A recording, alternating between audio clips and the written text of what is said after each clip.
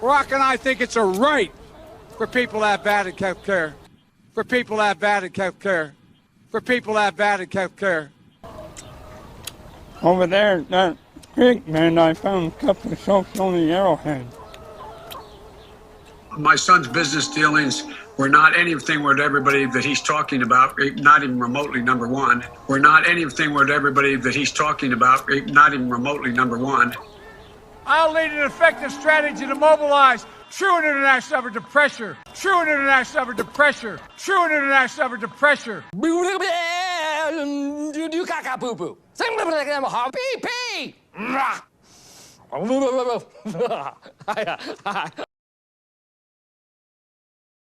one last thing, the Prime Minister's in Washington to talk to President Biden about that defence deal we talked about. The President who couldn't remember his name last week. And at their meeting this week, though, at least he had cue cards to remind him to say that we're all friends. And then when the UK Prime Minister turned up to talk to Biden about this and more and invited questions from reporters, Biden's handlers were so scared that Biden this time had no cue cards, no script. So they shouted down Johnson and told the reporters to get out. And I think nobody wants to see anything that interrupts or unbalances the Belfast Good Friday Accords. That's the Belfast Good Friday Agreement. That's the. I think that's it.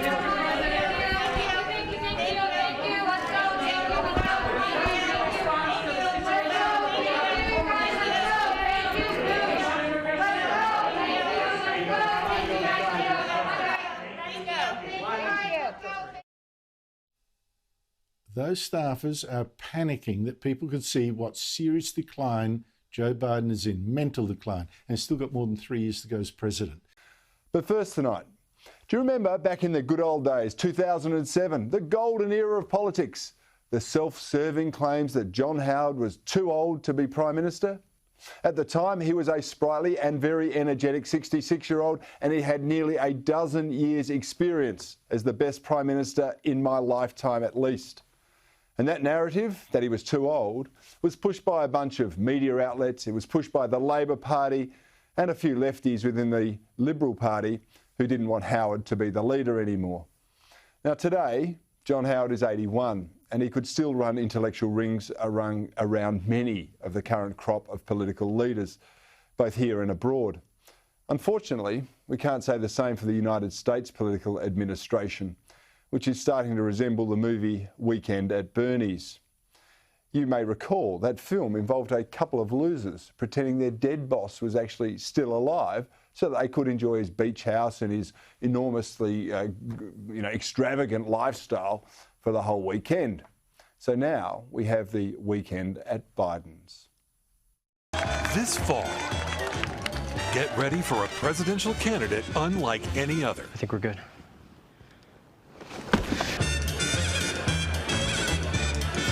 Weekend at Biden's. This is the reality show where the Democrats put up a barely cogent candidate for president just so that they could enjoy the spoils of office for 4 years. And of course, it features an all-star cast of the politically semi-lucid, headlined by Joe Biden himself. But he's ably supported, I have to say, by crazy Nancy Pelosi and the hapless Chuck Schumer. The character of the manipulating, unlovable loser belongs to the cackling Kamala Harris. Okay, I'll go stage, but yeah. Now, as befits the Democrats, the plot is pretty simple. A trio of near octogenarians, oh, that reminds me, happy 80th birthday today, Nancy Pelosi. They seize control of the most powerful nation in the world while not having any idea what they're doing. All the while, their radical understudy plots to seize power for herself. It's incredible, huh? Now, the star of the show, Joe Biden, walks and talks. But the walking is a bit worrying, while the talking is often total gibberish. Politics like prevailing and look, I guess I'm taking too much time. Play the radio. Make sure the television. Make sure you have the record player on at night. The phone. Make sure the kids hear words. If it holds near and dear to you that you like to be able to. Anyway, we're going to get a lot done. In a strange twist, this main star has to ask his carer/wife where he is when he wakes up most mornings. I get up in the morning and look at Jill and say, where the hell are we? And of course, that's not the only question arising from this true-to-life mockumentary.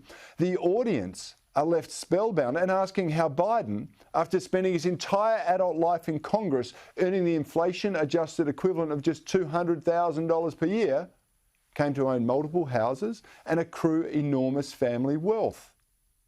Now, whatever canny investing Biden did to afford a lifestyle where his family can afford to abandon laptops in repair shops and enjoy regular jaunts to China and the Ukraine, it seems to be contagious. Because his sidekick, Crazy Nancy, uses her substantial wealth to hoard ice cream in her $24,000 freezer. This is something you can get through the mail. Other people in our family go for some other flavors, but chocolate, and then we have some other chocolate here. Unfortunately, Nancy's ice cream prepping fetish induces a form of weekend post-binge brain freeze from which she seems unable to escape. Out of your quiver, you're not ruling anything out. Good morning. Sunday morning. We have a responsibility. We take an oath to protect and defend the Constitution.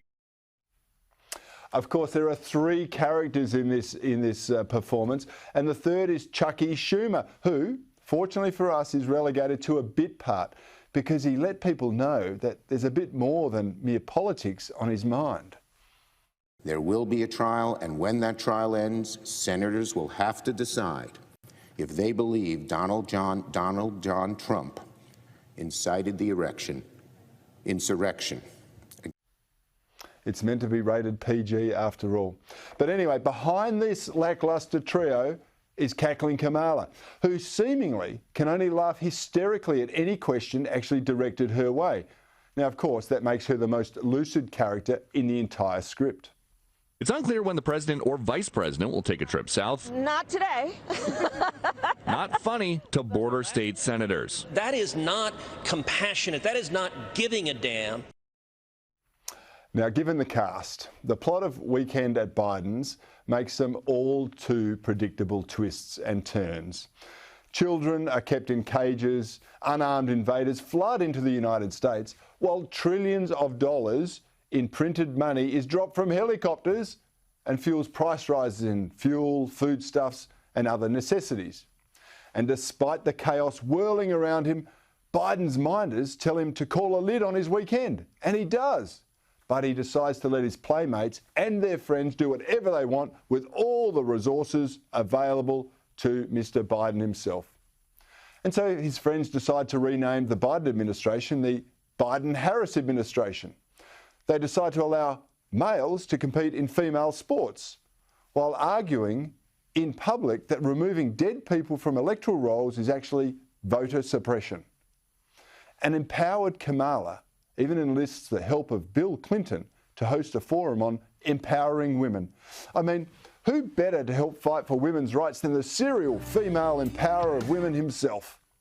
Now, there's no word on whether this is to be held on Bill's regular Caribbean retreat, Little St James, now that former owner Jeffrey Epstein cannot provide free flights and accommodation. Well, we're only a few episodes into this 4-year premiere season of Weekend at Biden's, but already the audience seems to be losing interest. A recent public appearance by key cast members could draw only a couple of dozen fans, which suggests that the decision to replace the previous political programming will actually be regretted by tens of millions of Americans.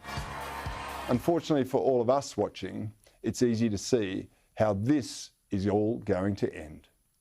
But first, let's check in with the leader of the free world who is sane, healthy, and not in any way suffering from cognitive decline.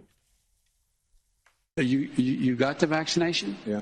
Are you okay? I mean, you seem, no, it works. Or or the mom and dad, or the neighbor, or when you go to church, or when you're. No, I really mean it. There are trusted interlocutors. Think of the people.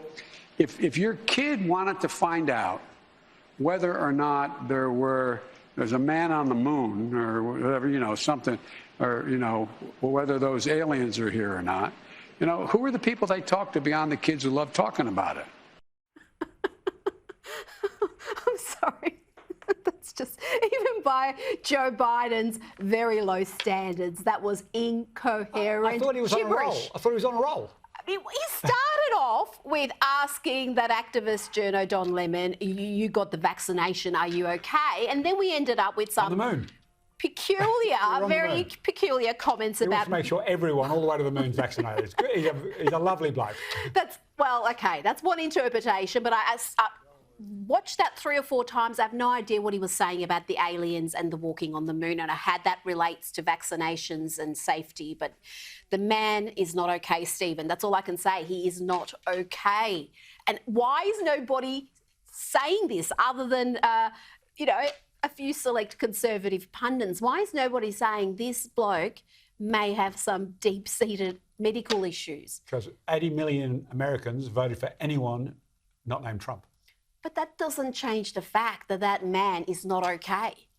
Well, I think 80 million Americans wanted him ahead of a corrupt tyrant wannabe. Please. I mean, you've got into first-year arts student mode straight away. But I've got to say, I mean, this is why he probably was hiding in the basement throughout most of the election campaign, because that ain't good.